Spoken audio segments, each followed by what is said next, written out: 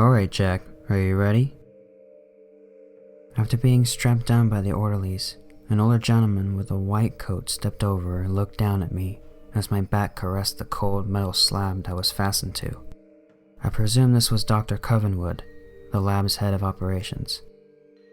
I guess so. This was risky business. I would be humanely injected and gassed with various chemicals to render me medically dead. Then I would be revived to report my findings as part of a study on near-death experiences and the afterlife. If I survived, $5,000 would be deposited into my bank account as payment. Don't worry, Jack. We've done this dozens of times so far and have yet to lose a single soul. You'll be fine. I know what you're thinking, and you're right. This was not legal by any stretch of the imagination. No one in their right mind would have even agreed to participate in such a study, but I was truly desperate. The pandemic left me jobless, and the bills were piling up.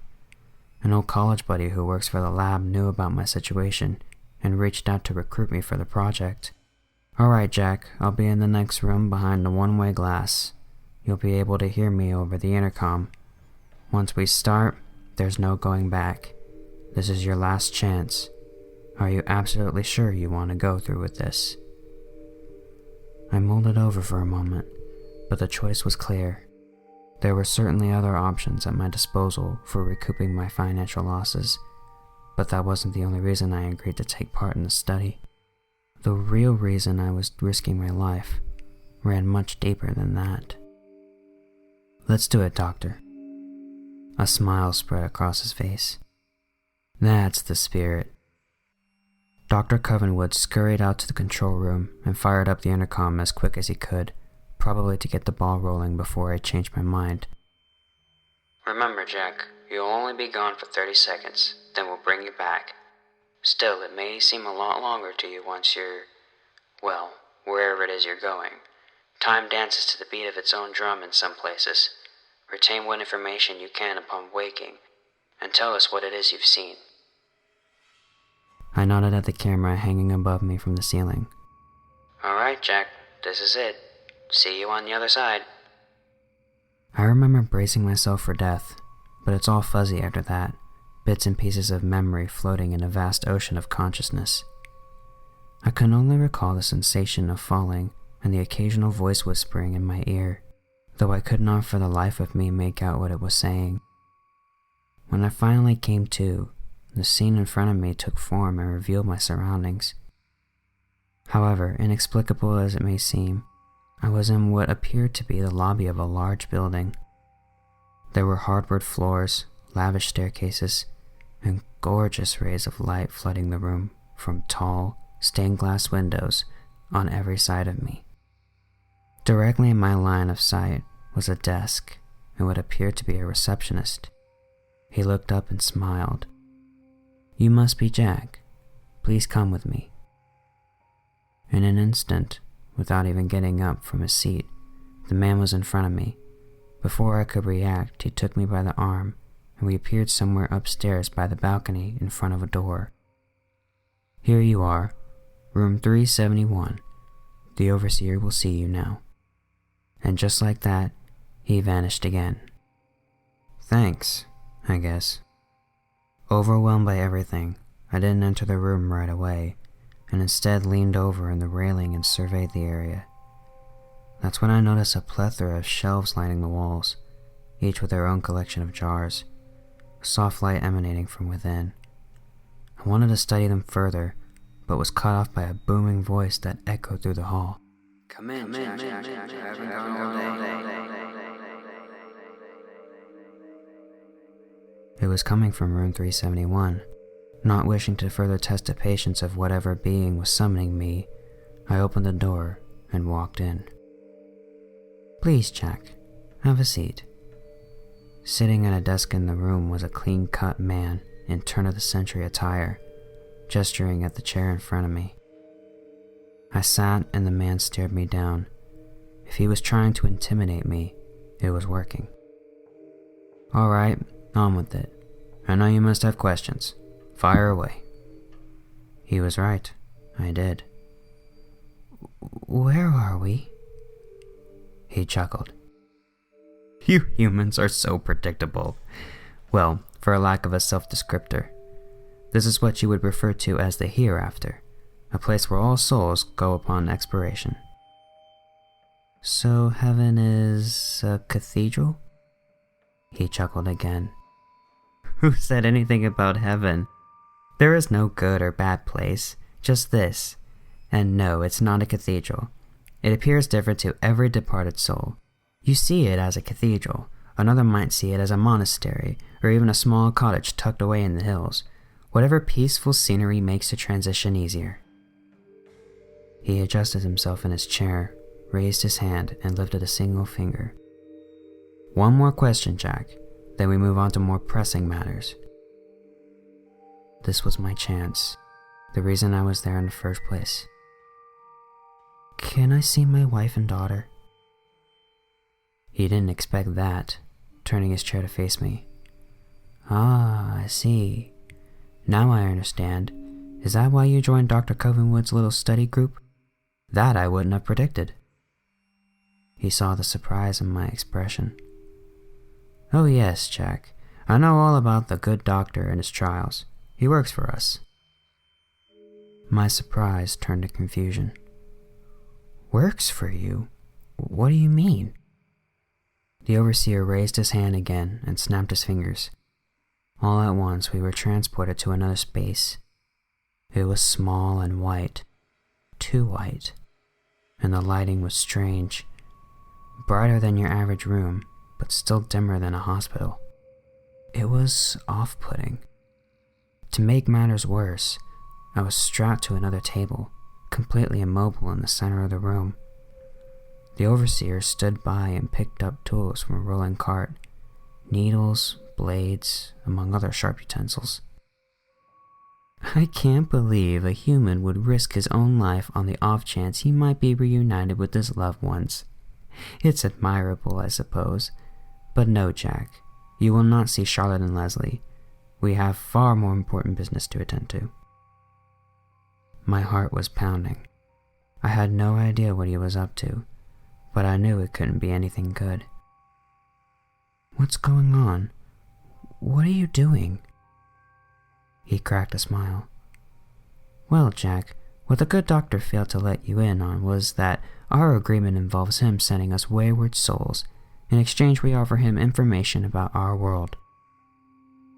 He walked around to the opposite side of me with the cart and pushed it up against a table. I winced and let out a small scream. He laughed. You see, Jack, human souls are a delicacy here. The taste is so intoxicating. He closed his eyes and trembled. We were never meant to devour souls, but we've been here for so long, billions of years, maybe more. We, like all things, need stimulation.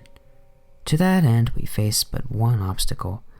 The pesky laws of this realm dictate that we can neither lie nor take what isn't ours. It's a failsafe the Creator's design, put in place to keep us from harming you, making it physically impossible to extract your soul without consent. You must give it to us willingly. Though frightened, I mustered up enough courage to respond. Why would I do something like that? He replied with a horrible grin. That's the beauty of our arrangement. When a normal soul dies, we give them the option. Let us cut you open and take your soul, or live in a jar for all eternity. There's almost no incentive to hand it over, so almost everyone chooses the latter option. In your case, your time isn't up. The doctor is waiting on the other side to revive you, but I won't let him unless you give me what I want. Time will remain still until your soul is mine. Your 30 seconds will never end. He licked his lips in anticipation. If you want to go back, just say the word. Otherwise, get comfortable. It was a lot to process. Still, none of it mattered. Seeing my wife and daughter again was the only thing keeping me going. Knowing that I couldn't be with them eliminated any incentive I would have had to continue living. No, you can't have it. I'll stay." His smile vanished as he threw the cart and grabbed me by the shoulders, placing his face directly over mine. His eyes were now red, and his mouth full of dagger-like teeth that overlapped one another in a grotesque pattern. "You will give me your soul, and I will rip away every last fiber of your flesh to get it." He dug a silver blade into my chest and drooled over the wound. It was like battery acid, worse than any pain I've ever felt before. I screamed in agony. He backed away, wiped his chin, and his face returned to normal. "Sorry about that. I got a little carried away. Still, you will agree to my terms or suffer further torment." The pain was immense, but I would not bow to him. "No, I refuse." His grin returned. "You misunderstand, Jack. The torture you will experience is not of a physical nature." He snapped his fingers and we were transported again, somewhere else entirely.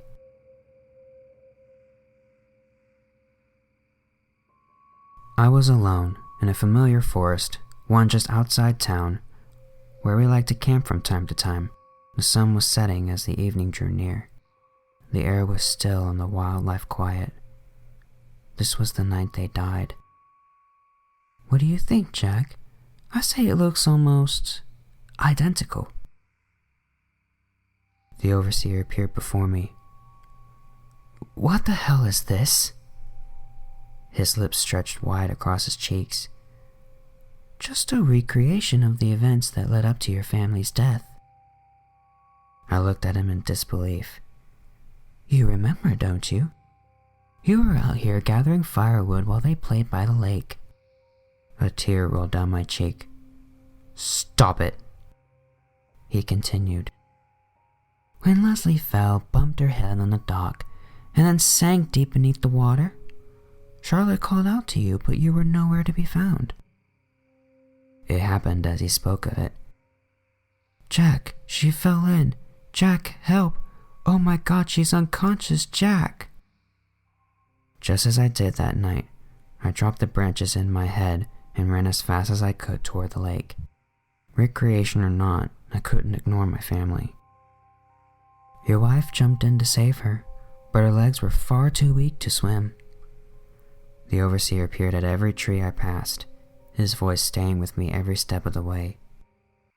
"The physical therapy worked wonders, but she had only been out of her wheelchair for a month." He was right. On her way to work, Charlotte was struck by a drunk driver. She survived, but her spine suffered a lot of damage. The doctors weren't sure she would walk again. This camping trip was supposed to be a celebration. It was the first thing Charlotte wanted to do when she was upright again. "Stop it, you bastard!" Charlotte continued to call out for me. "Jack! Jack!" Her voice was muffled by the water she was treading. There was a sickening gurgle in between her outbursts, a gut-wrenching sound that haunted my every nightmare for months to come and rang in my ears even after waking. "You arrived at the lake, but it was too late." I ran over, tears wetting my face, and pulled Charlotte and Leslie from the water.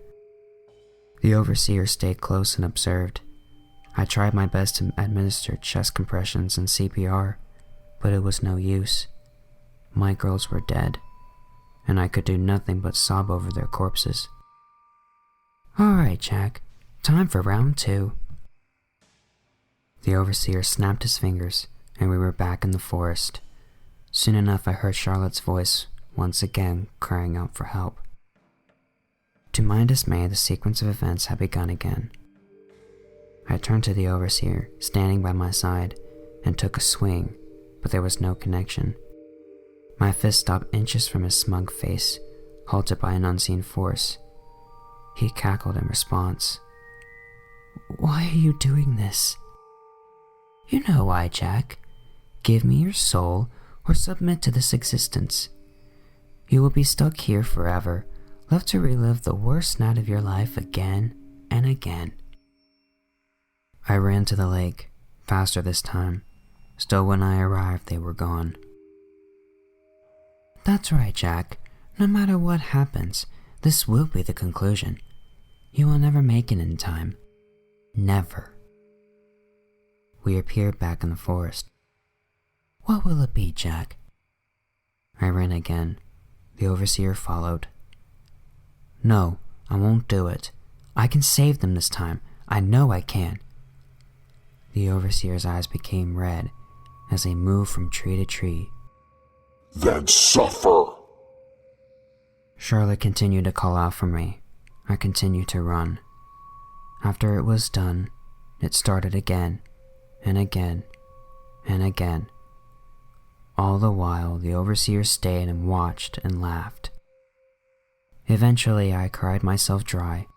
I pressed on anyway, determined to save them. Even if it was all part of an elaborate illusion, I needed this, more than the overseer knew. Eventually, he interrupted. Stop, Jack. I ignored him at first. Jack, stop. I ran as fast as I could, Charlotte's voice as my beacon, well on my way to another lakeside funeral. Stop now! The overseer stepped in front of me. The scene around us vanished.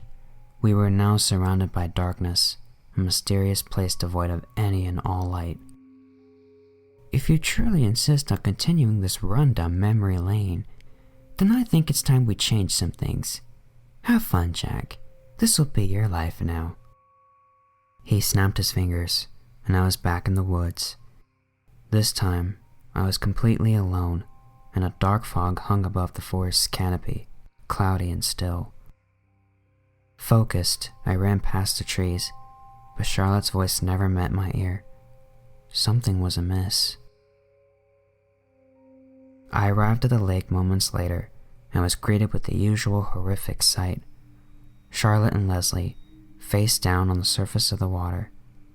I pulled them out, as I had so many times before, but something changed when their bodies touched the shore. They stood up. Charlotte and Leslie's lifeless bodies now stood upright before me, eyes darker than the deep abyss they were pulled from. Water spilled from their mouths as they walked toward me. Charlotte then spoke. You killed us, Jack. You killed us. I backed away in terror, sobbing the whole way. Charlotte, I'm so sorry. I'm so sorry. Leslie stepped ahead. Why didn't you save me, Daddy? I fell to my knees as they approached. I love you both so much and miss you terribly. Please forgive me. I never meant for this to happen. Charlotte leaned over and put a cold hand on my head. You lived.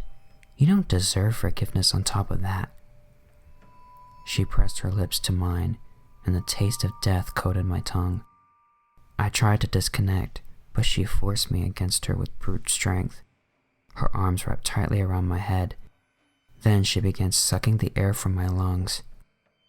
Leslie chimed in. This is how we felt, Daddy. We couldn't breathe. Now you can be like us. I struggled and struggled, but couldn't break free. Just before losing the last drop of air in my lungs, something happened. It was faint at first, but then grew to an audible whisper. I recognized it as it crept in my ear. It was the same disembodied voice that followed me to the afterlife. I could now tell that it was of Charlotte, the real Charlotte. Save us, Jack. I didn't know what she meant.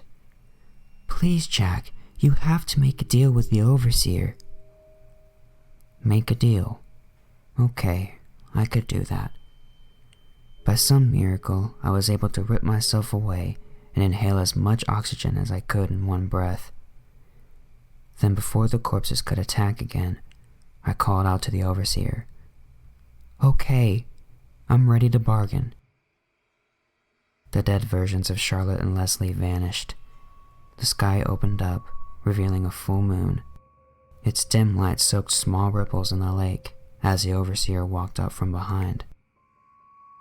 Had a change of heart, have we? I took another deep breath. Charlotte's whisper was still with me, guiding me the rest of the way. He can't lie. Ask him questions. Okay, I'll give you my soul, but first I have questions. He rolled his eyes. Fine, on with it then. Ask him about the charged souls, what he does with them. What do you do with the souls once they're jarred? He squinted at me suspiciously. Where is this coming from, Jack? I was firm in my reply. Just answer me.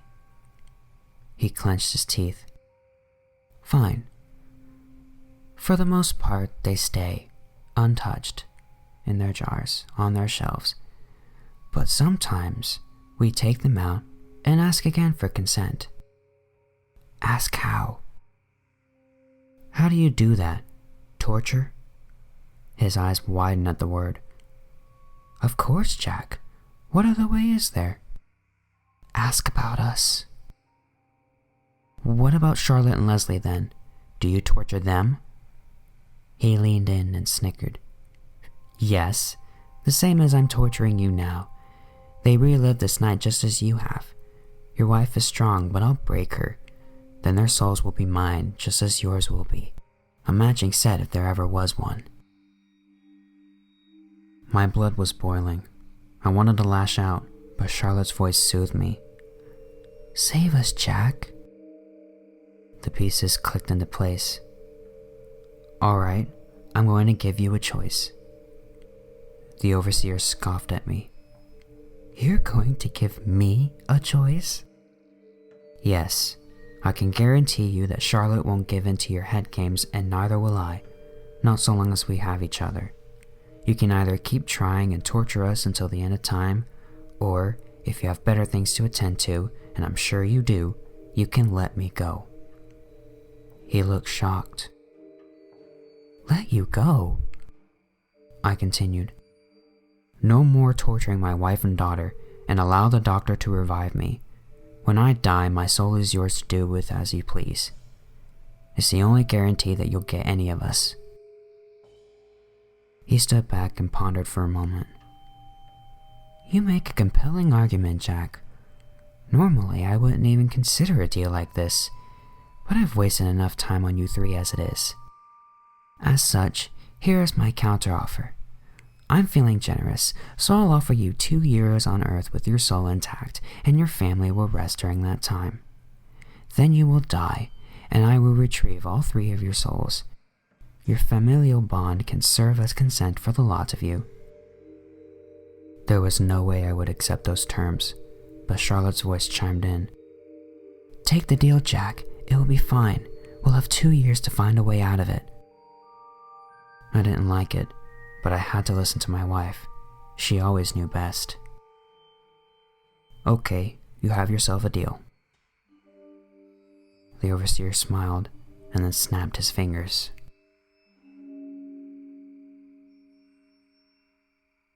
I awoke in the lab to Dr. Covenwood at my side, tending to the wound in my chest left by the overseer. Oh good, you're awake. Knowing the hand he played in this, I looked up at him in disgust. I know, I'm sorry, Jack. It's just the way it has to be. This research is vital to the progression of mankind.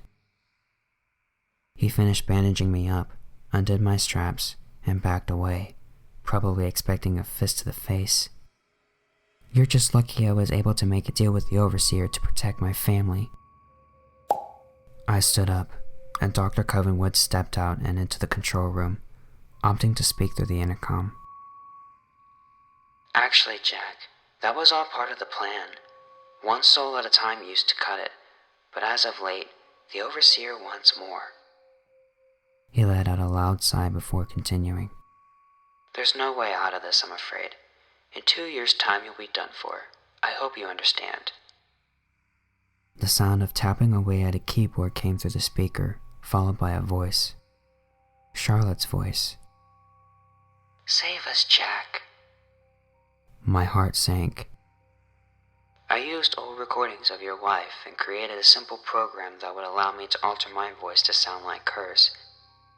Everything I said over the intercom you were able to hear on the other side. I'm so sorry, Jack. Oh my God. What have I done?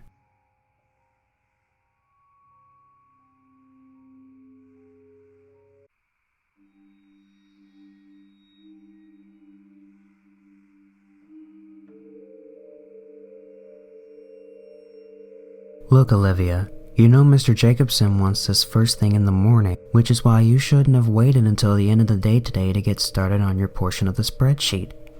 I sighed. I already knew where this was going. I know, said Andrew, but I need this evening off. It's Michael's 4th birthday. I just can't miss the celebration. You'll understand when you have kids. I'll make this one up to you. You already owe me one, I said. This makes 2 favors. Heck, I should just take a few days off at this point and leave you to do my job for me. So you'll cover for me tonight? Said Andrew with relief. Thank you so much. By the way, is everything okay at your place? I'm hearing a lot of racket. Yeah, don't worry. Everything's just fine. What about you? You've got something funny on your neck. Huh? He responded, oblivious to the metal speck I noticed under his chin. Never mind, I said. It wasn't my problem, and I had work to do. I ended the Zoom call and removed my headphones. Leaning back in my seat, I reflected on the evening ahead. I had at least 3 more hours of work thanks to Andrew flaking out, and I knew better than to even ask my supervisor and team leader, Mr. Jacobson, for overtime. To make matters worse, my roommates, May and Gerald, were having a loud enough argument for my coworker to hear it through my computer. I decided to break for dinner before resuming the tedious monthly budget analysis. I opened the door from my bedroom to the cramped kitchen shared by the 3 of us. Gerald was already inside. I said hello, only to notice the bulging suitcase he was dragging to the entrance. Oh, I muttered, a bit startled. Yeah, said Gerald. He stepped up to me and gave me a polite hug. Hopefully it'll get a bit quieter around here for you. I hadn't realized things between him and May had reached to a breaking point. May and I had been close once. I guess this is what happens when your job sucks away all your energy. You lose touch with people you care about, even when they're among the only ones you ever see in person. I helped Gerald carry out some of his belongings to his car. As we hauled the box of clothes down the short staircase that led to our kitchen, I noticed a small piece of metal sticking out of his arm. Is your arm okay? I asked him as we lowered the box into his trunk. Yeah, why wouldn't it be? I took a closer look at it. It was a zipper? But why would a zipper be attached to his arm? He looked at his arm and, seemingly finding nothing unusual, resumed loading his vehicle. He lifted a toolkit that was slightly ajar and found a more appropriate place for it. As he did so, his arm muscles clenched, causing the zipper to shift a half-inch down. A thin trail of blood leaked out from the gap that emerged. I gasped. Gerald, somehow still oblivious, gave me a perplexed look before turning back to the door to the half-house the 3 of us, well, maybe the 2 of us now, rented. May stood there, her face red and tearful. See you, May, said Gerald. Good luck. She waved faintly. I went over to comfort her. Gerald could deal with the bizarre cut on his arm on his own. May needed my company that night. I hated telling her that I had to get back to work. As grading my job was, it would be disastrous if I were to lose it. I worked past midnight. My weary eyes glazed past the terms that always floated around the descriptions of projects ongoing at my company. Words like bioelectronic, transfection, and electrotransmission, and towards the numbers that formed the basis of my job. Finally, I submitted the complete report at 1:15 a.m. I fought to open my eyes the next morning. Mr. Jacobson didn't respond to my daily morning check-in email. The next time I heard from him was that afternoon, when he sent a message to our whole team, with a higher-up manager CC'd. "Thank you, Andrew, for the excellent work as always." My name wasn't mentioned. After work, I finally touched base with May, who just finished a virtual tutoring gig. "I just realized things with Gerald weren't going to get any better," she told me. "So instead of dodging all the issues like we always do, I insisted that we talk it out last night. It got pretty heated, as you heard, but he eventually decided to leave. He's moving in with his brother in the East Side for the time being." I told her that I was sorry, both because of what happened and because I hadn't been there for her as her relationship had fallen apart. "I don't blame you," said May. "Honestly, I think we both knew things had run their course between us a while ago, but we didn't want to have to deal with one of us moving out during the pandemic. But we could only put off dealing with—" "Hey, did you cut yourself?" I interrupted, noting a drop of blood running down her cheek. "What? No, I don't think so." "Just turn your head to the right and stay still," I instructed. Behind her left ear, a metal zipper lingered on the surface of her skin just beneath her hairline. "What the hell is that?" "What's what?" asked May, understandably worried. The zipper was embedded into her skin. It appeared to have dropped from its starting point by a fraction of an inch, undoing her skin as it went. A small quantity of blood dripped out from the gap it left behind. I dabbed the blood with the tissue, applied an antibiotic cream, and pulled the zipper back up, where it appeared to stay relatively secure. Before I could get a bandage, May rushed to the bathroom mirror to see it for herself. Her reaction left me even more befuddled than before. "I'm telling you, it was right there," I said. "I saw it and I touched it." But she was right. There was no zipper to be found. "Olivia, look, there's obviously nothing here," said May. "Are you okay? I mean, it wouldn't make any sense for there to be a zipper on me in the first place. And it's not like I felt one. I just don't understand. I'm sure I saw it. Same with Gerald, and Andrew too." It was her turn to be confused when I showed her the drops of blood on the tissue I used. Neither of us knew what to make of it. The best answer for what happened that we could come up with was that May had accidentally scratched herself without realizing it, and that I had been mistaken about what I'd seen. But it wasn't a satisfying explanation.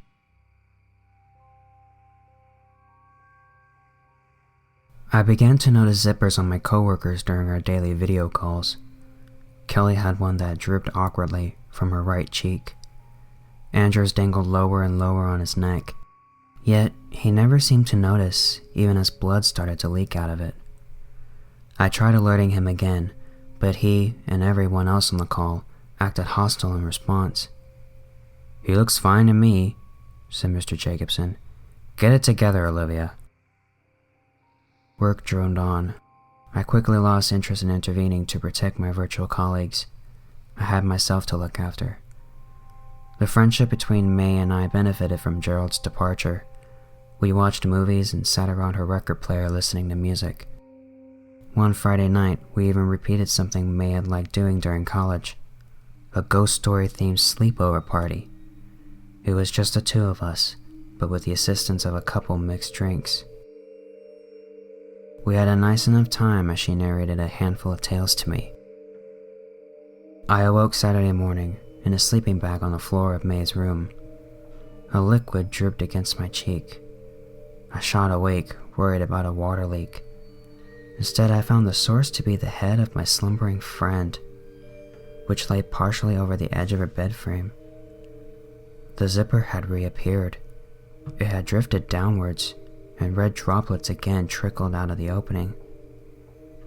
Moving carefully, I gripped the metal and pulled it back up. May didn't stir as I wiped away the blood.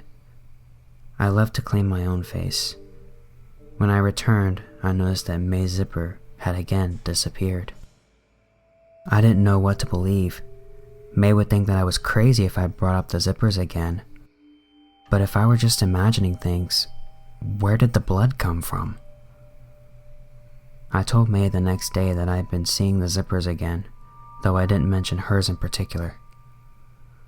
"Olivia," she told me firmly, "there are no metal zippers on me or any of your coworkers. That's impossible. You know that." But the blood," May shrugged. "Like we said, I must have cut myself by accident. That's the only possibility, right?" I told her I agreed. Until I could make some sense of what I was seeing, I decided not to bring it up again.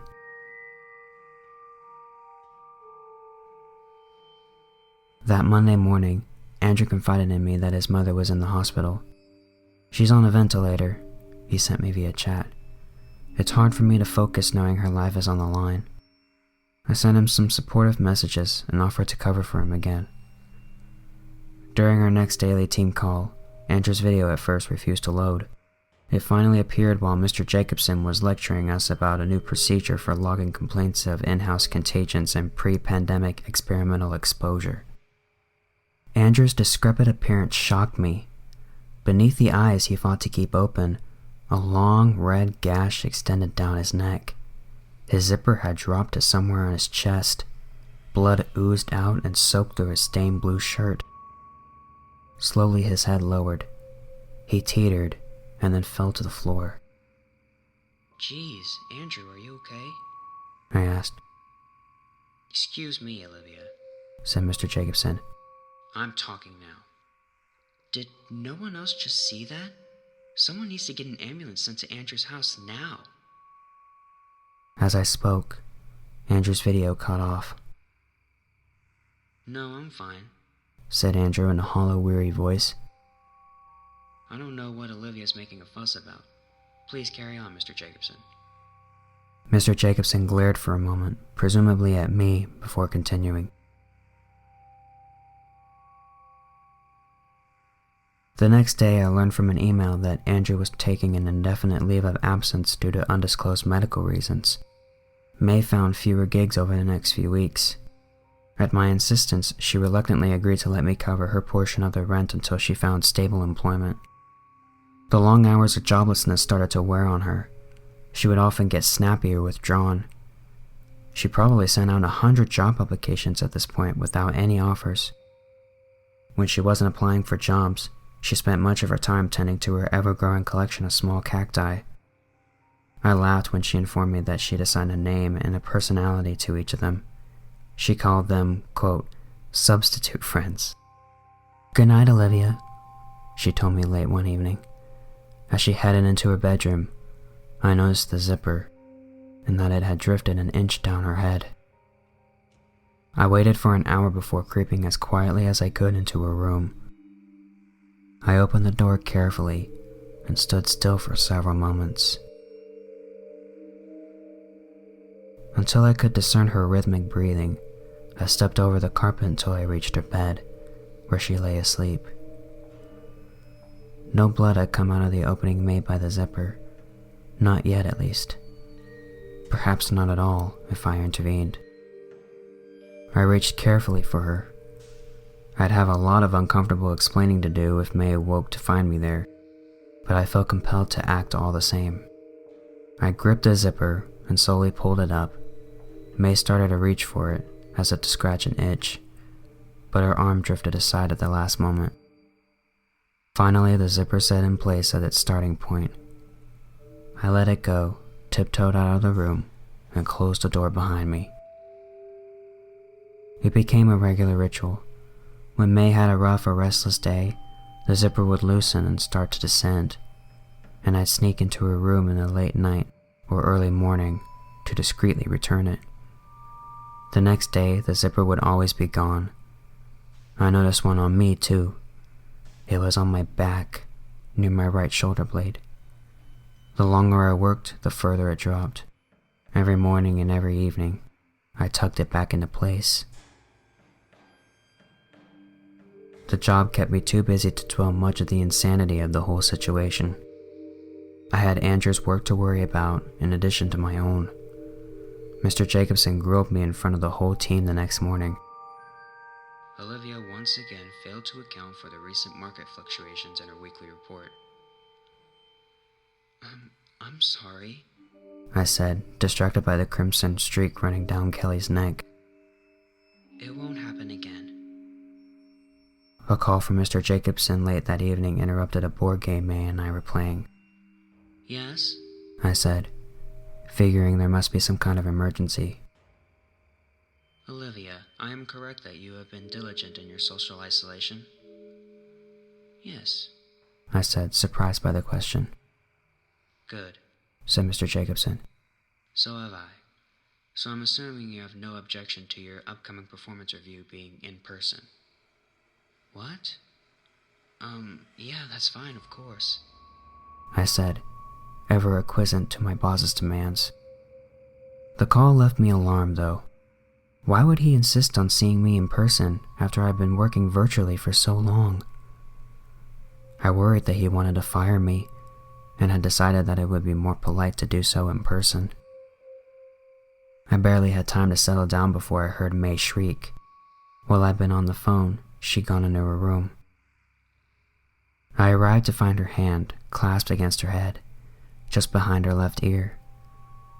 Had the zipper appeared and she finally noticed it? I should have listened to you and not put Shirley so high up, she said, referencing to a cactus she placed on her bookshelf. I'd forgotten it was there and leaned in to get something. I think there's a thorn stuck in me now. I took a closer look. The zipper had, in fact, reappeared, and the thorn protruded through the loop in its pull tab into her skin. She reached to yank out the thorn. Stop, I called. You'll move the zipper. We were both silent for a moment. Did you say? Just let me get it out for you. I proceeded to pluck out the thorn. As I did so, I moved precisely enough to avoid touching the zipper, which then receded into her skin. May sat down with me afterwards. Why didn't you tell me that you were still seeing them? She asked. I took a deep breath. I thought you'd think I was crazy. I think, and I do think, that you need help, she said. How often have you been seeing them? Tears welled in my eyes as I opened up and told her how I'd seen them on everyone I had encountered lately. Including on me? She asked. I nodded. I've adjusted yours before when it's gotten loose. I didn't give more detail. I knew I'd volunteered too much already. Okay, said May. She thought for a moment. We're going to get through this, Olivia. I used to see someone, a therapist, and maybe they can help you too. Soon I had an appointment scheduled for next week.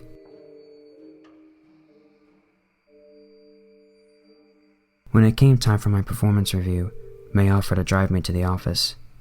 I resisted at first, as I didn't want to trouble her unnecessarily, but she insisted that she was worried about my mental health and pointed out that she had nothing better to do that day. She watched from the car as I approached the office building. I put on full business attire for the first time in months. When I reached the front door, I found it to be locked, and my keycard wouldn't open it. I called up Mr. Jacobson.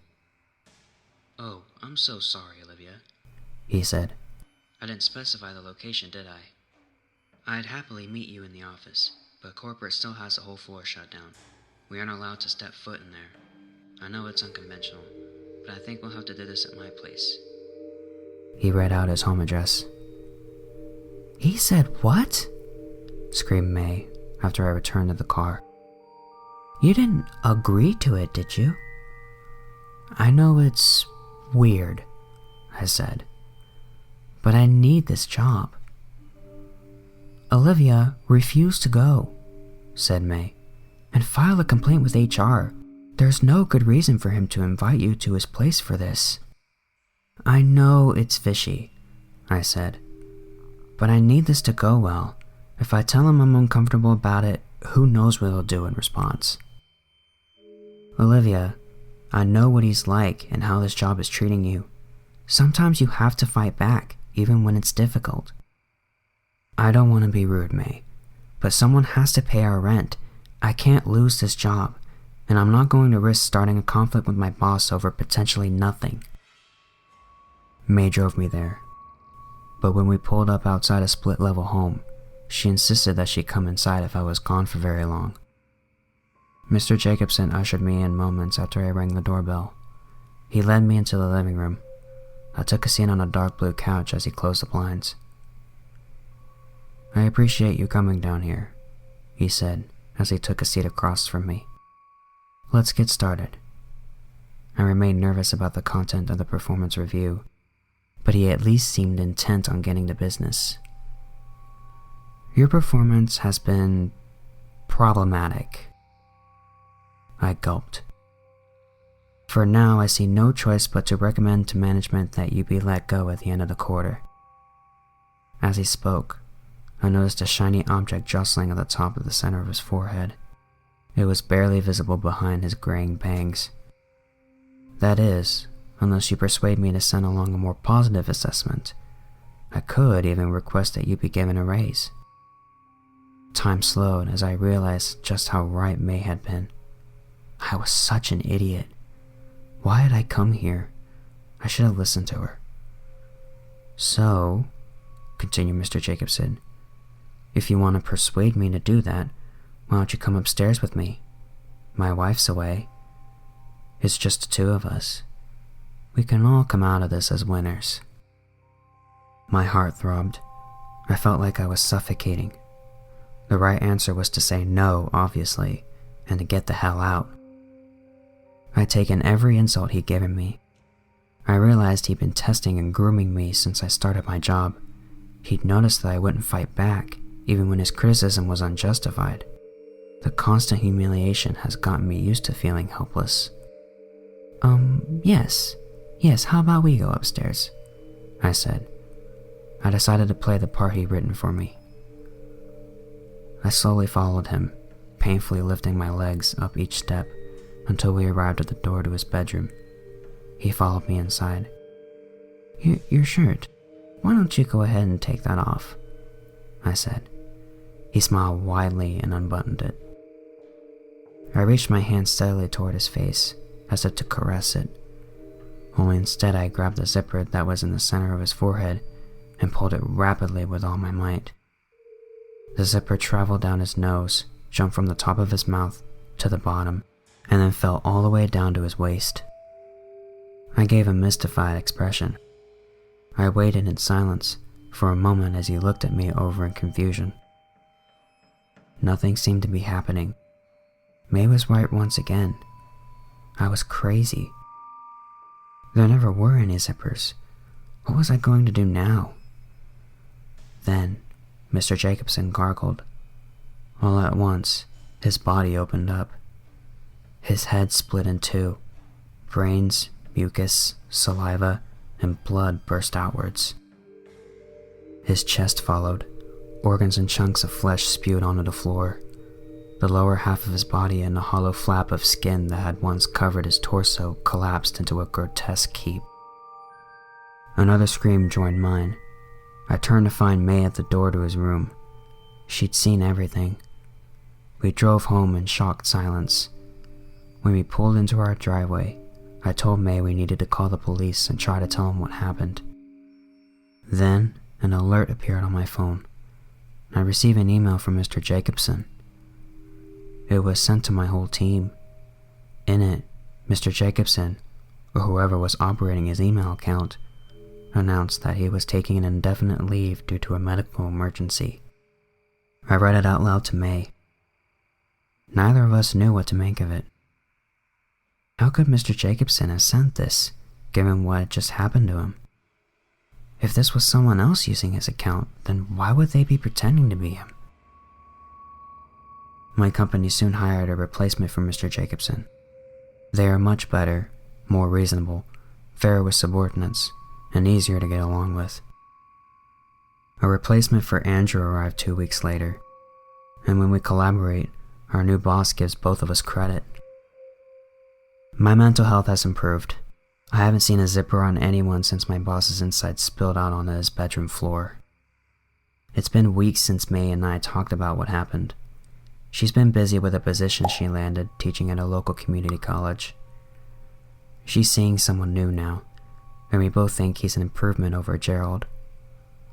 I've started growing a cactus of my own.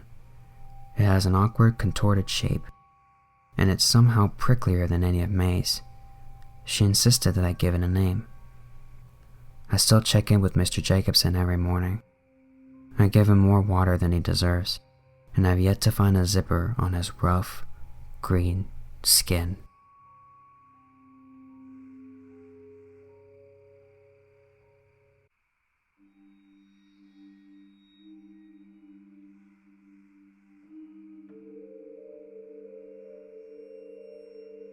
My son Vernon was always quite odd. One of his favorite pastimes was keeping insects, mainly cockroaches. As a mother, of course, I was concerned, as it wasn't the sort of thing that a child should have been occupying himself with, so I tried my best to discourage and foil the obsession, but there's only so much one can do. I didn't want my child to grow up hating me, so eventually, I relented, and I let him continue pursuing his fixation, under close eye, of course. I thought it was nothing but a fad, a whim, and something that would eventually right itself. Children are quite fickle, unpredictable. So I wasn't overly apprehensive. Not at first. He would collect any insect he could find.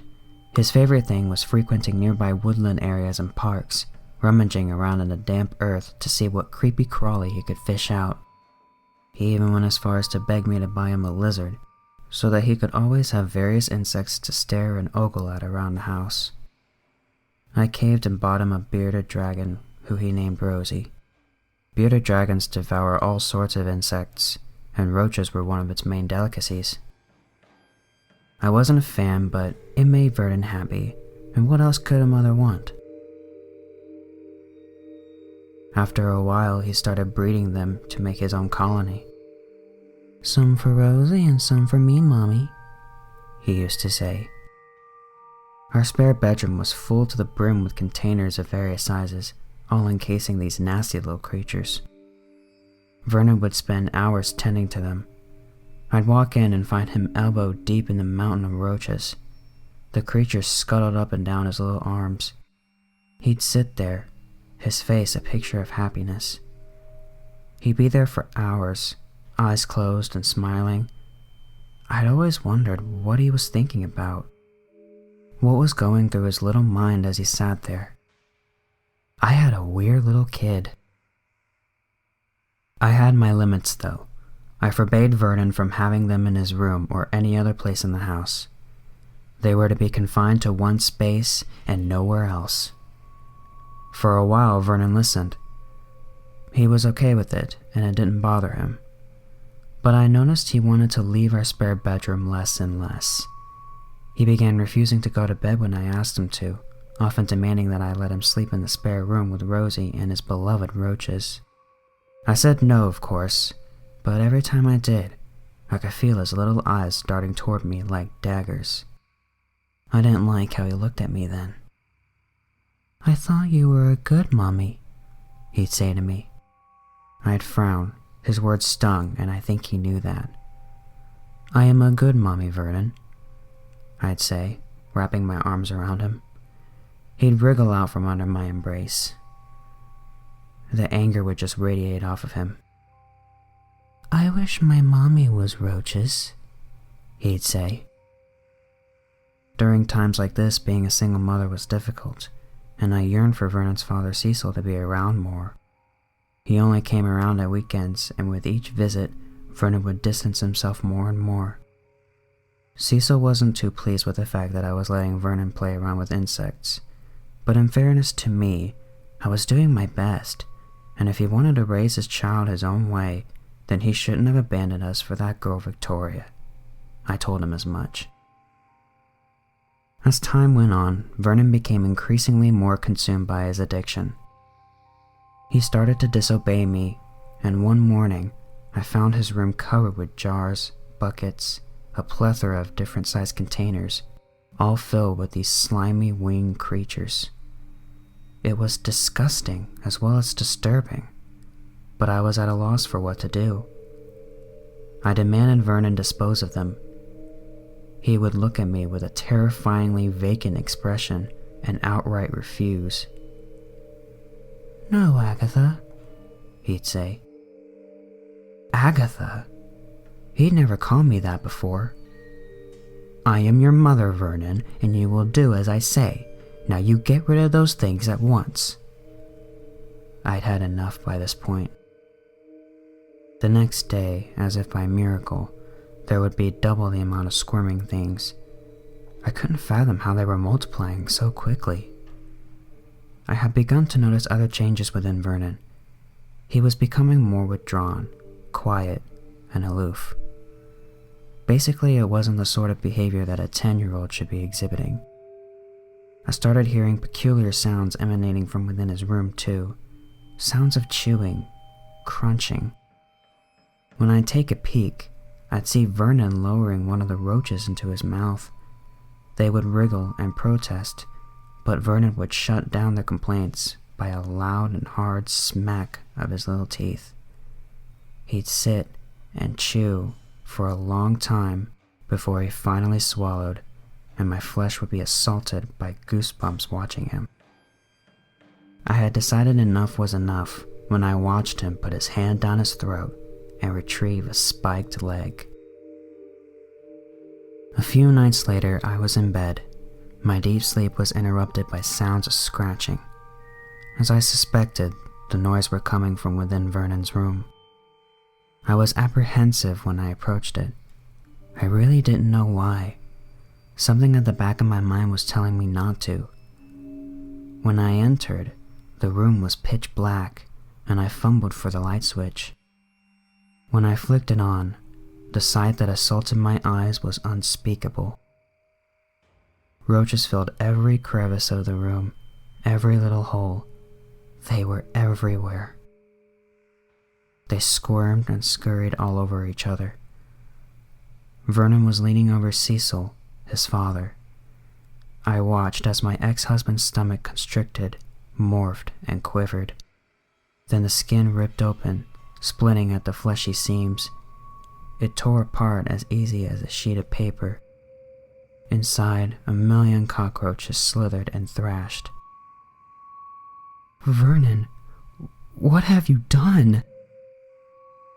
Vernon beamed happily, a crazed grin from chin to chin. "Daddy is roaches now, Mommy."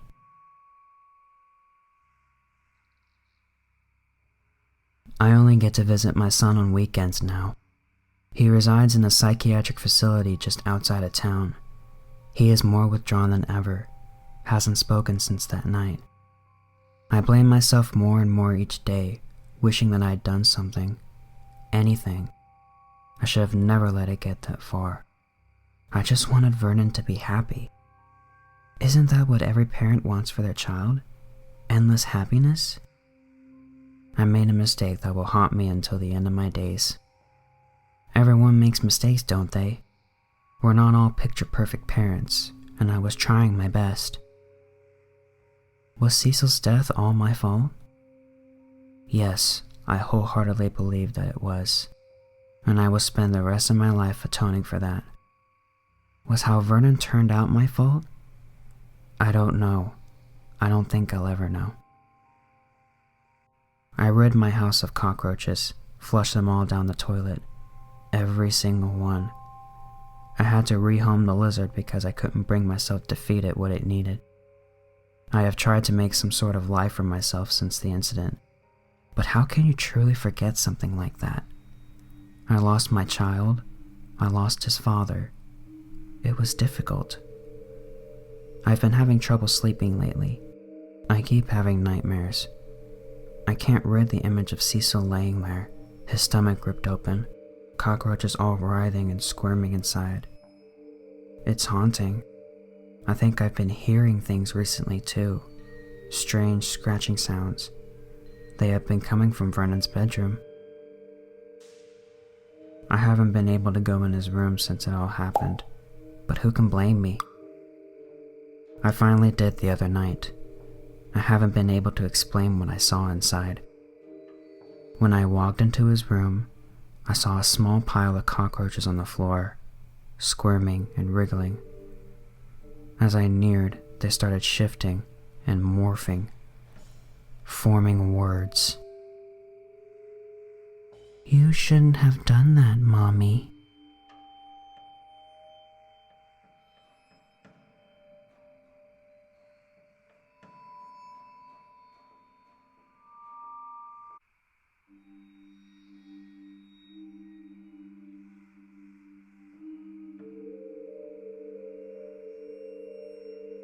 I've always known there was something off about my mother. My whole life, she has never once taken an interest in me. Call it a conceited thing to notice or whatever, but I don't think most would agree that mothers typically have some sort of role in their daughter's life, especially if they're an only child. My mom never has. For as long as I can remember, she's been indifferent to me, and her only focus has been my father. She rarely lets him leave the house without her, and when she does, it's never for longer than 20 minutes, and she usually calls him once or twice while he's gone. As I got older, I found this extremely strange, but never in a million years would I have guessed what I think is going on now. Basically, I think 17 years ago, my mom kidnapped him, and I am the product of a victim and his captor. I swear I'm not crazy. I'll explain everything as best as I can. We live in this big house in the middle of nowhere in Oregon, and last night my mom told me to clean out the storage room in the basement so she can put a piano in it for my father's birthday. Okay, fair enough. I know better than to argue with her. It was taking a lot longer than expected. The room was no bigger than a medium-sized bathroom really, but it had been packed wall to wall with stuff, and before I knew it, it was 11 p.m., and I was barely halfway done. She hadn't told me what to do with everything, just that she wanted it gone. As I was attempting to move an antique-looking coat rack that was missing 2 prongs on top, I noticed one of the legs had snagged on what was once a white trash bag in the far corner of the room. The thing had musty gray streaks from the dust and was torn in some places, so to avoid all its contents spilling out, I reached down and carefully attempted to move it out of the way. However, there was a rip in the back that was out of my line of sight, and the jostling movement knocked something out of the hole and onto the floor. It sounded like when I dropped my student ID, like laminated plastic hitting linoleum flooring. Great, I thought. I pulled the bag off the coat rack and tossed it behind me into the bigger part of the basement, no longer caring, and quite irritated at my mom for giving me such a tedious and nitpicky task. I felt around the floor for the thing that had fallen, and finally my hand closed around a long string of nylon fabric, a lanyard. I picked it up and headed out of the room, assuming it was one of my parents' high school IDs, before I glanced down and did a double take. It was a picture of my dad. He looked much younger, but definitely not high school young. I tore my eyes away and forced them to look under the photo, where it read, Federal Bureau of Investigation. My jaw dropped. My dad is not an FBI agent. He's never even had a job as far as I know. He's a stay-at-home dad. My mom is the one who works. I noticed the name on the badge was wrong too.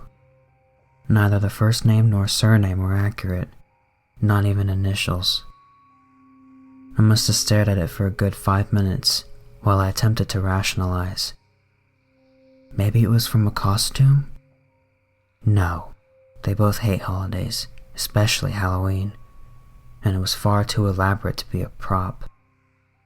When I finally managed to tear my eyes away, I instantly dropped to my knees and ripped open the rest of the tattered trash bag. A slew of strange items poured from its remains, but the first thing that caught my eye was a piece of folded leather in the shape of a book. I flipped it open. Federal Bureau of Investigation. Same name, same picture, same signature. Passport, driver's license, checkbook. All things that could be used to identify someone had the same name on it. I don't even remember what was going on through my head, if even anything was going through my head. There were an assortment of other strange items to go through. A wedding band, not the one I knew my dad had on his finger at that very moment. A revolver, not loaded. A broken watch. A partially smashed flip phone. I remember being confused, like nothing was clicking. Was my dad leading some sort of James Bond double life? No, he barely left the house. So what then? About 20 of my questions were answered when I found the newspaper. It was an article belonging to what I assumed is some local paper in Washington, D.C. The same picture from the badge was on the front page, and the headline read as follows: Renowned FBI agent kidnapped, wife makes distressed appeal. I won't rewrite the entire article here, but this is a general summary, and I will replace the real names with pseudonyms. SSA Roy Morgan has allegedly disappeared into thin air. Clues to his captor's identity have not yet been released to the public, but inside sources are claiming it's a woman who's been causing the Bureau trouble for years. Motives unknown. Morgan's wife Wendy Morgan made a heartbreaking public appeal for her husband's safe return on the local news early this morning.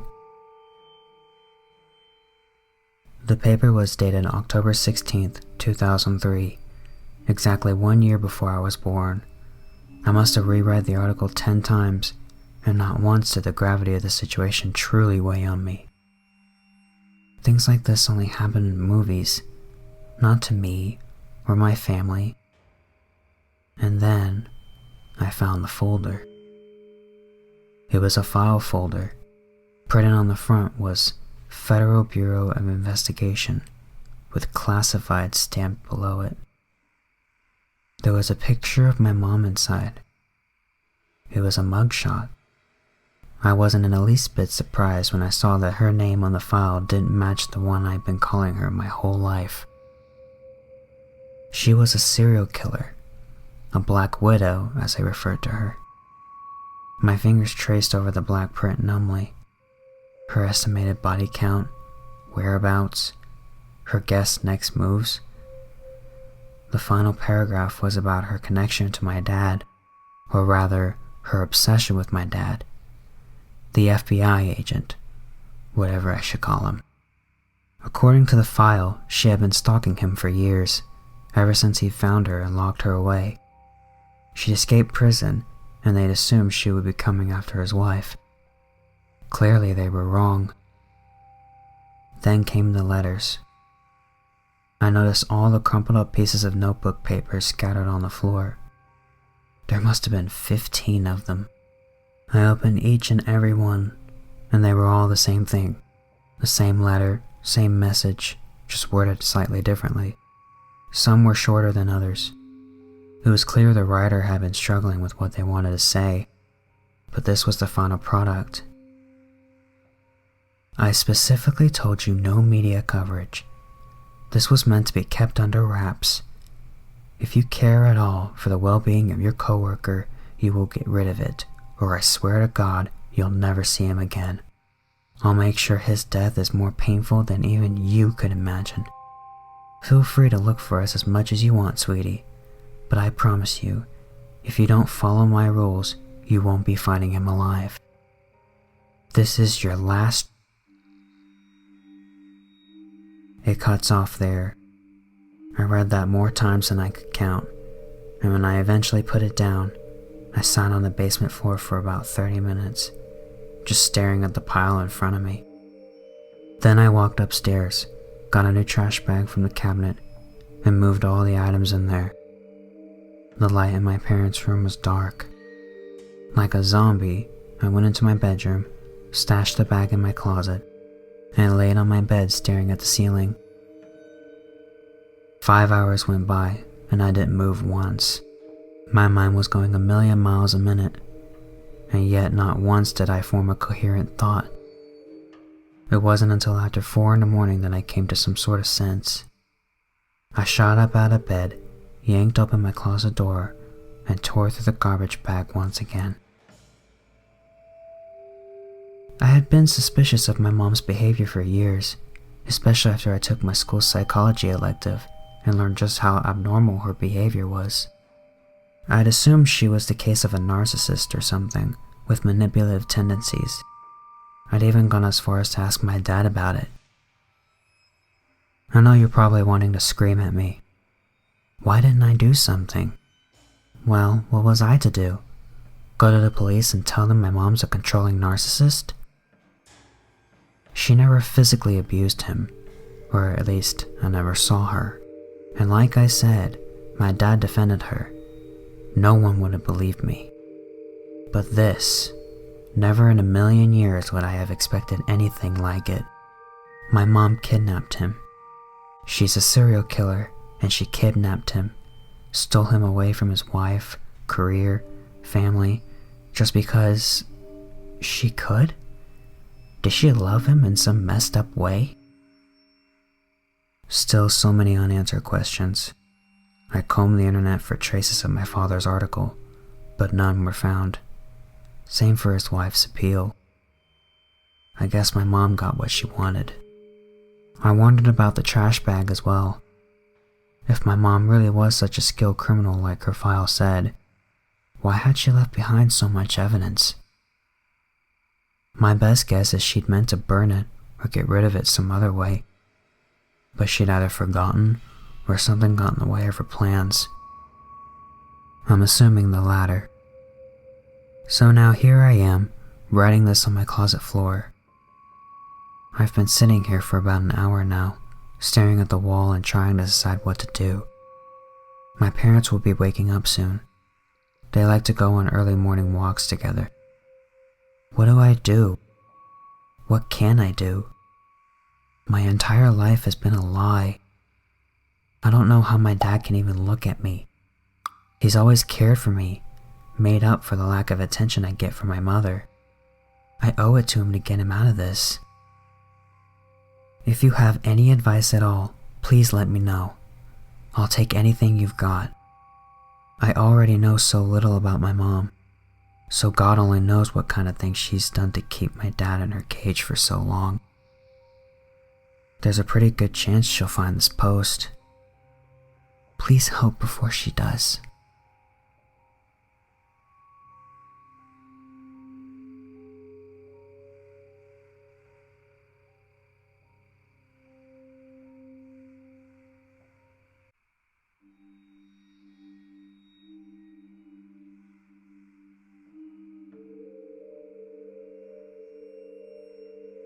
I believe it all started with the Dunkin' Donuts 3 for 3 offer.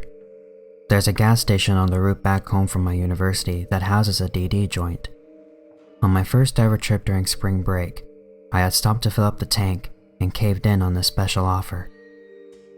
Eleanor and I devoured the entire half-dozen box while rewatching all of our favorite rom-coms. Since then, it was our homecoming tradition. However, this time, a box of chocolate-covered glazed goodness was not met with the same warmth as always. Do you know how many carbs are there in a single donut? Eleanor picked one up to exaggerate her point. This is all she spoke about these days: carbs, calories, body fat. Her vocabulary was limited to random 2 a.m. fitness influencer videos that she watched, along with a recent obsession with Korean pop music videos that fed her with impossible body standards. Eleanor was never chubby or overweight. To anyone's eyes, she had a normal body for an 18-year-old, muscle and fat in the right places. Unfortunately, she didn't share the same view. She would poke at random bulges, pinch them between her fingers, and pout. She was awake before the sun rose, and by the time I woke up, she'd be back from a long run, sweating profusely. I didn't pay much heed, satisfied as long as she was healthy, until she nearly passed out one morning after her run. Our mom worked as a general surgeon, so we were accustomed to fixing a meal ourselves from a young age. It was only then I discovered Eleanor practically ate scraps, barely enough to sustain her energy daily. "This has got to stop. It's unhealthy, and you're only harming yourself. Imagine how furious Mom would be if she knew you fainted." I couldn't contain my fury. Eleanor watched me pace the room, taking small bites of the food I reheated, slowly showing a little color in her cheeks after she gained consciousness. "Please don't tell Mom. She'll freak out and worry for no reason. It's nothing. I'm fine," she insisted. "Nothing? Eleanor, you fainted." "I pushed myself a little extra today. I just wanted to drop the last couple of pounds. Jody, please, I swear I'll do better." I promised to let it go as long as she maintained a healthy balance. A few days passed, until an advert popped up in the newspaper. Eleanor sneakily slid it in my way to read. "New You Weight Loss Center. All it takes is one session to get the body of your dreams. Visit us now and you'll feel like a whole new person. Open now for appointments." After hours of pleading and convincing, I finally agreed to Eleanor's whims, and we booked an appointment to check it out. She insisted I don't wait as I dropped her off. The receptionist told me it would take more than 4 hours for the procedure to complete. I read the terms and conditions twice to ensure that there was no foul play. A part of me was still hesitant. I held Eleanor's hand tightly. "You're stunning, Eleanor. Regardless of what the scale says, you don't have to do this." She hugged me tight and told me to relax. It was just a weight loss program. What's the worst that could happen? I went back home and patiently waited for Eleanor's return. As she walked through the door late evening, she looked the same, but exhausted. She sat down and explained the process. She couldn't recollect all of it, and the details were a little fuzzy, but she said it was probably because of the fatigue. At dinner, Eleanor devoured her food to the last bite. I had never seen her eat so much the entire time I was home. After scarfing down a meal worthy to feed 3, she topped it off with Ben and Jerry's while I watched in awe. That went on for 2 whole weeks. Eleanor stopped going on her runs. She stayed in her room most of the time, tucked under the covers, only coming out during meal times. She'd eat more than one can imagine, and munch on a snack back to her room. Yet she never seemed to gain a single pound. Over time, her body began to shrink to the bone, her cheekbones protruding through her pale face, a result of staying indoors all day. I would try to talk to her, but she'd rush off into her room and lock herself in. It started to reek even as I stood at the door. One night, I woke up to the sound of banging shelves. I creeped out into the living room and saw the light coming from the kitchen. "Eleanor?" I called out as I walked into the kitchen. I saw her, hunched over the sink, stuffing something into her mouth. "Elle?" I whispered, leaning in close. Raw meat. Eleanor ripped the pieces with her hands and shoved them down faster than lightning. I took her shoulder, trying to break her out of this grotesque state. "Eleanor!" I yelled. "Eleanor's not here anymore," she screamed, shoving me with enough force that I landed on my back. I scurried to my room, running as fast as I could. Her voice, her strength, it was all so different. The next morning, I drove down to the weight loss center. As I took the turn, I saw an empty lot instead of the establishment I had visited. It was right here. I dropped her off. I signed the agreement, and I even spoke to the receptionist. My head was pounding as I sat in my car. Thoughts of last night came pouring in. I hurried back to the house, preparing to confront my sister. I walked up to her room and found it unlocked. I slowly let myself in. I covered my nose with my arms as the stench hit. Her room was worse than a pigsty. Scraps of half-eaten food lying everywhere. God only knows how old. I slowly walked in, the smell getting fouler as I got closer to a closet. I reached for the closet door and pulled it open. I screamed my heart out as Eleanor's body fell to my feet. I looked at my sister, my baby sister, lifeless. The source of the horrid stench, her ashen face looked like she'd been gone for days. I controlled the bile that rose through my throat, stumbling back a few steps. "Oh, Jody." It was her voice. I looked down, but I knew she didn't move. "I warned you, Jody." It came from behind. She sounded different, angry. I felt paralyzed. I heard the floorboards creak as she moved towards me. I turned around slowly and was met with hollow, dark eyes. Her shriveled body crawling towards me like an insect. I felt her foul breath on my face as she inched closer. Eleanor's not here anymore. The last thing I saw was her blood-covered toothy smile as she crawled to the window and leaped out.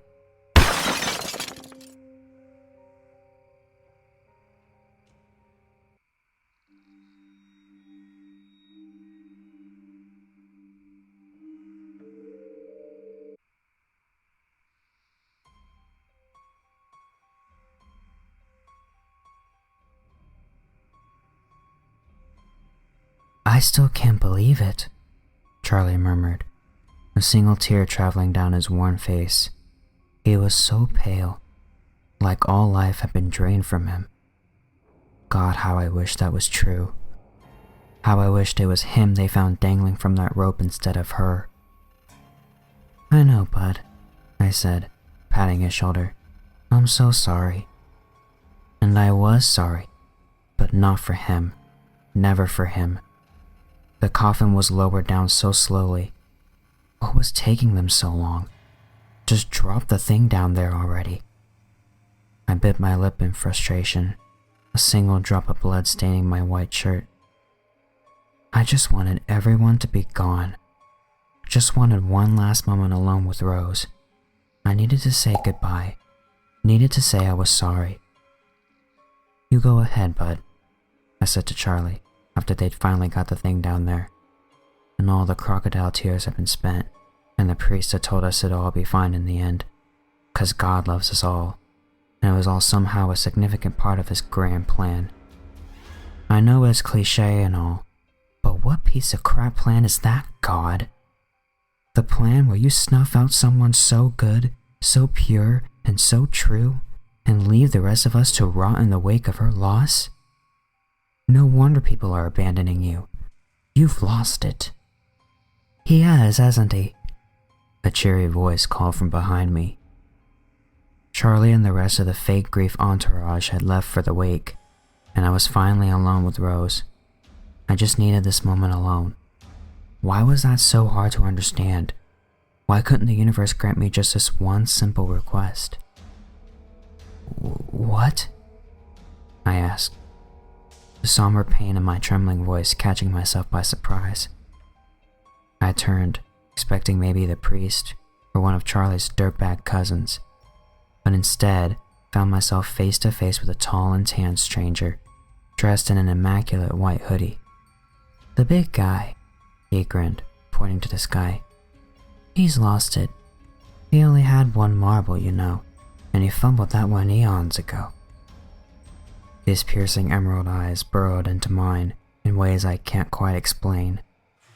There was something so wrong about his imposing presence, like I knew he somehow wasn't meant for this place, for this world.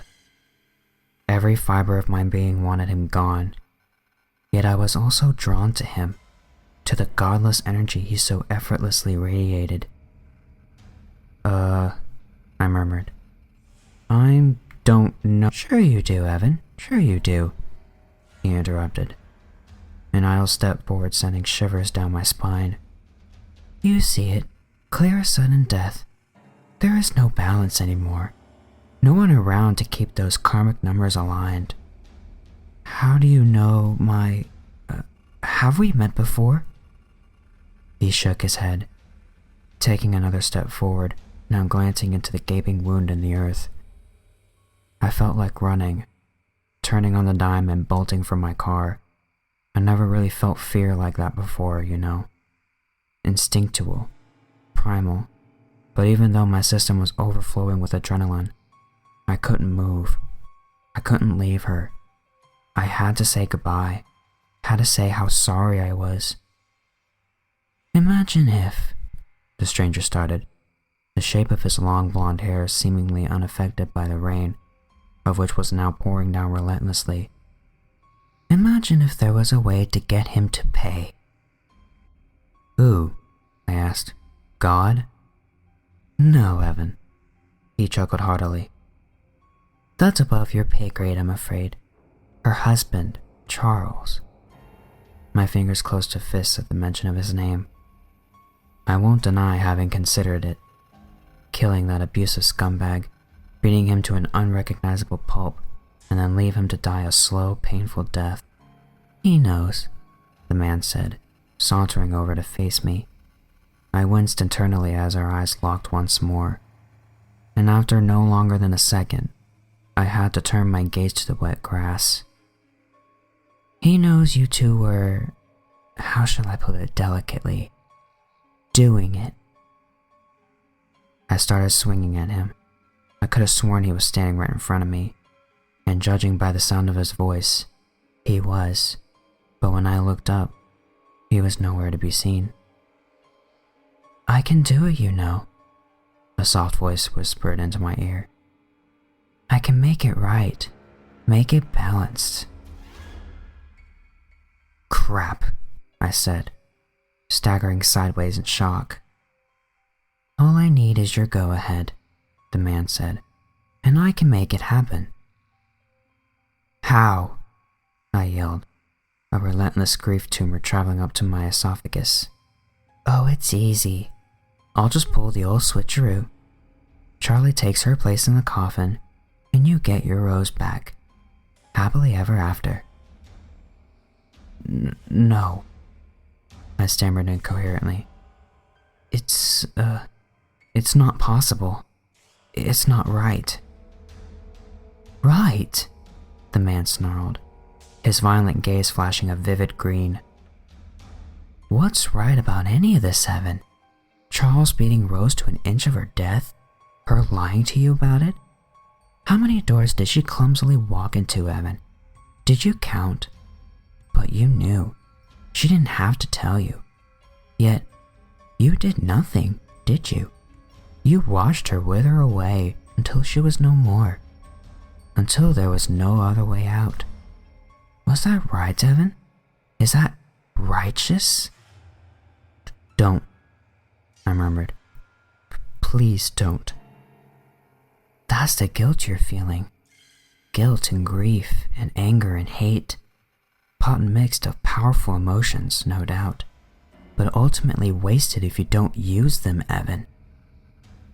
I fell to my knees, digging my face into the soaking wet grass. I'm sorry, Rose.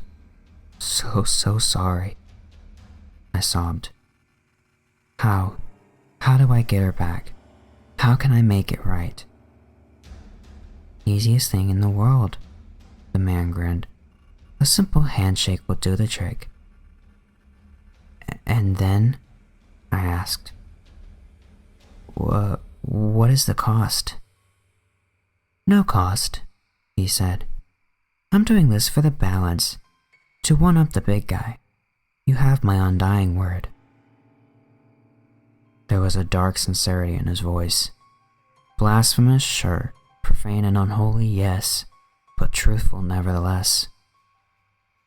I stumbled to my feet, my once pristine rental suit now a muddied mess, I threw a longing glance into the depths of the grave. What did I have to lose? Nothing. A long tormented life of hollow nothing. It's a deal then, I muttered, extending my hand. Charlie for Rose. Splendid, he said, grabbing my hand in an instant. An overwhelming sensation of pain suddenly ran up my shoulder, like he'd ripped the thing right out of my socket. Bring old Charles out here, and I shall see to it.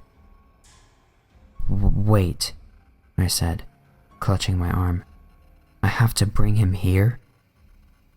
You have to use it, Evan, he said, a gleeful smile stretching across his perfect face.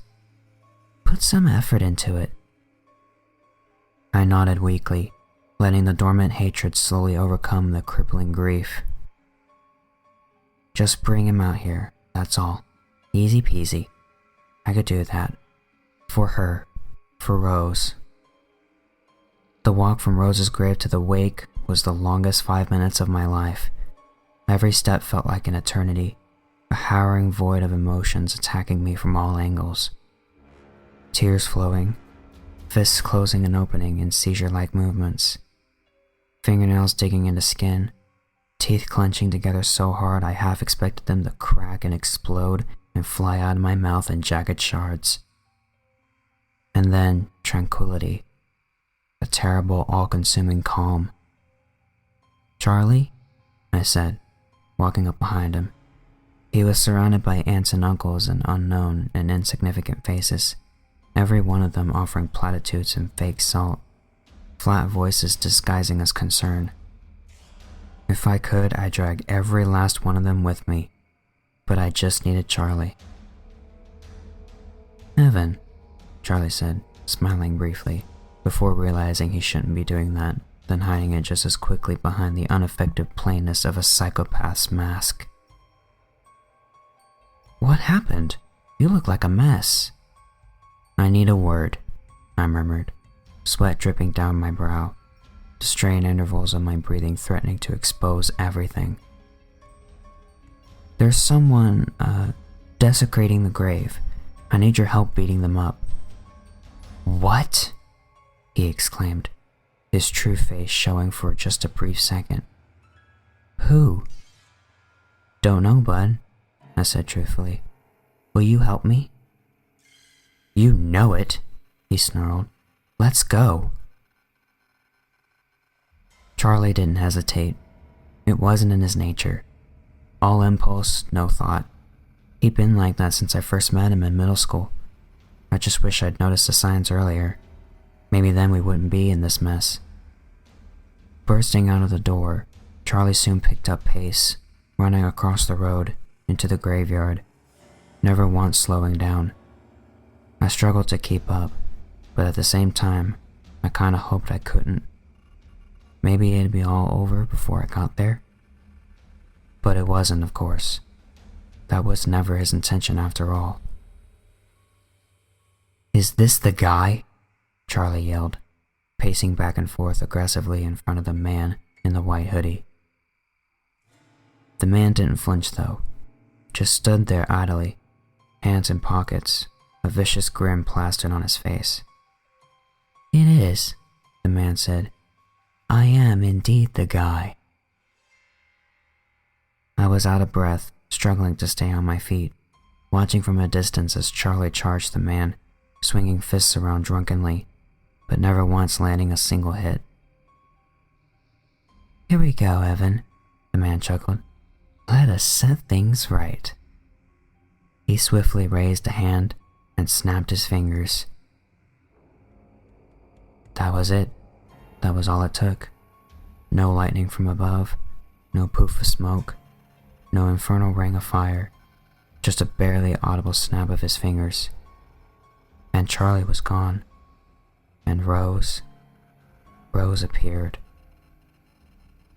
Here she is, Evan, the man laughed. As promised, the old switcheroo. I scrambled to my feet and ran to her, swooping her up in my arms in a tight embrace. Her skin felt so good against mine. It's a terrible thing to say, but it did. cold and smooth, like a porcelain doll. She was so beautiful, you know. Even in death, she was the most beautiful woman I'd ever laid my eyes upon. "I'm sorry," I whispered into her rotting ears. "I'm so sorry." "Happily ever after," the man said cheerily. I dropped her dead body to the ground, overcome then by every dark emotion known to man. Hatred, fury, grief, guilt. And just when I thought I couldn't take any more, when the soothing comfort of the darkness crept in, the man, now whistling a merry tune, walked up to me, resting an impossibly cold hand on my shoulder. "Do you hear that?" he said, looking up to the sky. And I did. I heard it, clear as sudden death. I heard Charlie's desperate shrieks from down below, fists and feet banging on the coffin lid relentlessly. "That's the sound of a choice," the man said. "And that's your punishment, Evan, and your reward." The man gave me a solid pat on the back, and then, with a wink and a smile, he was gone, just like that. Poof. I sat there for minutes, staring at the lifeless body of Rose, at the swirling clouds above, at the yawning chasm below, and then I grabbed the shovel.